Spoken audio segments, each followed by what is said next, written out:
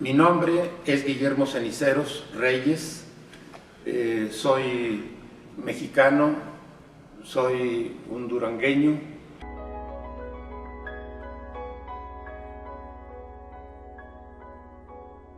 Me he dedicado al estudio de la pintura, el dibujo, la escultura, el muralismo y otras cosas.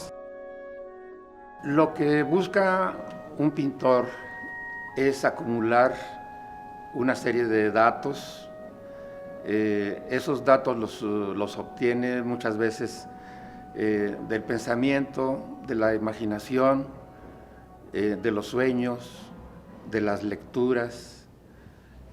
Algunas veces se obtienen esos datos en los viajes y otras veces hay que hacer uso de la imaginación, que es muy importante. También es muy importante la intuición. Por supuesto que el mensaje es muy importante. Se puede decir que el mensaje equivale al hilo conductor de algo que se quiere hacer. Sin embargo, el mensaje tiene que estar acorde con el lenguaje, es decir, el lenguaje y el mensaje tienen que complementarse de una manera que el mensaje no le gane al lenguaje, es decir, al cuadro, a la pintura. Tiene que predominar la pintura, aunque el mensaje se haga un poquito a un lado, pero lo más importante es que haya un equilibrio entre los dos, mensaje y lenguaje.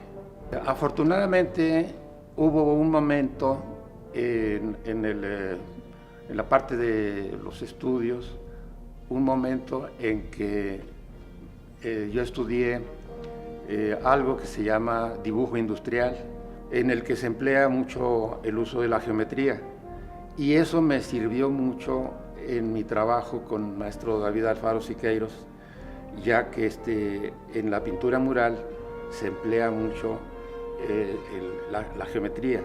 El lenguaje de la pintura requiere de varias cuestiones. Una de ellas es la composición, y la composición diría yo que es la más importante, y en el inicio de todo cuadro o en el inicio de todo mural la composición es fundamental.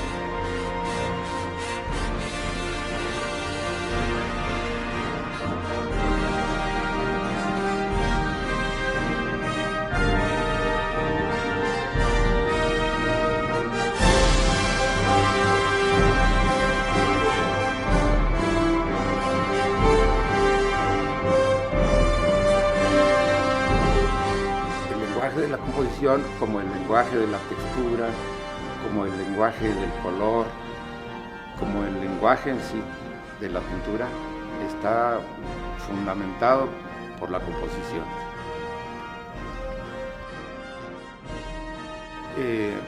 La pintura y la escultura pertenecen más bien al mundo de lo estático, y es una ilusión para el pintor, para el escultor, querer jugar también con el movimiento.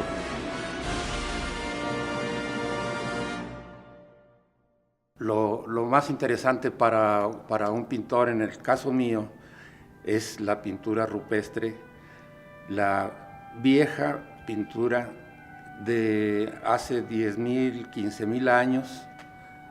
Es muy importante.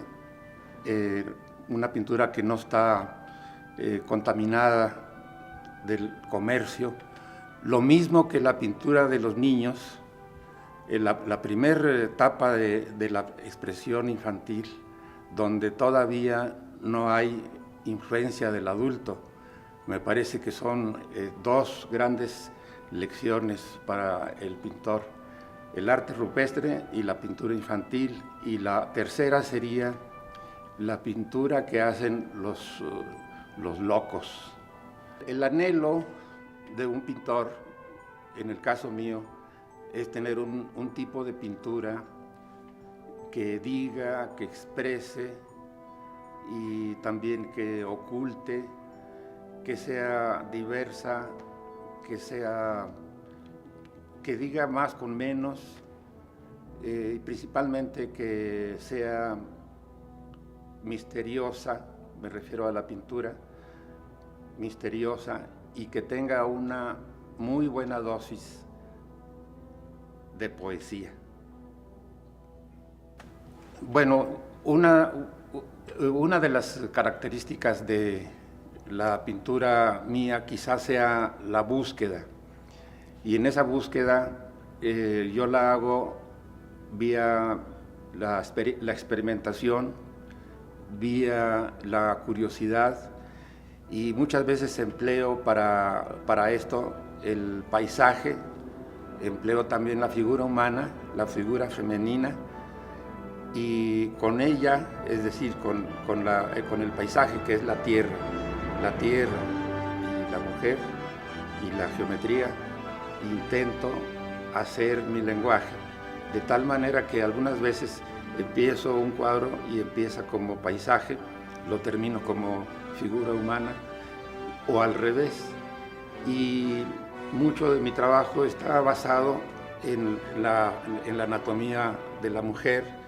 Uno empieza un cuadro cuando no tiene uno la solución inmediata de ese cuadro, busca la sorpresa, y para lo cual su lenguaje le va a ayudar mucho escarbando, como un minero que está buscando otros minerales.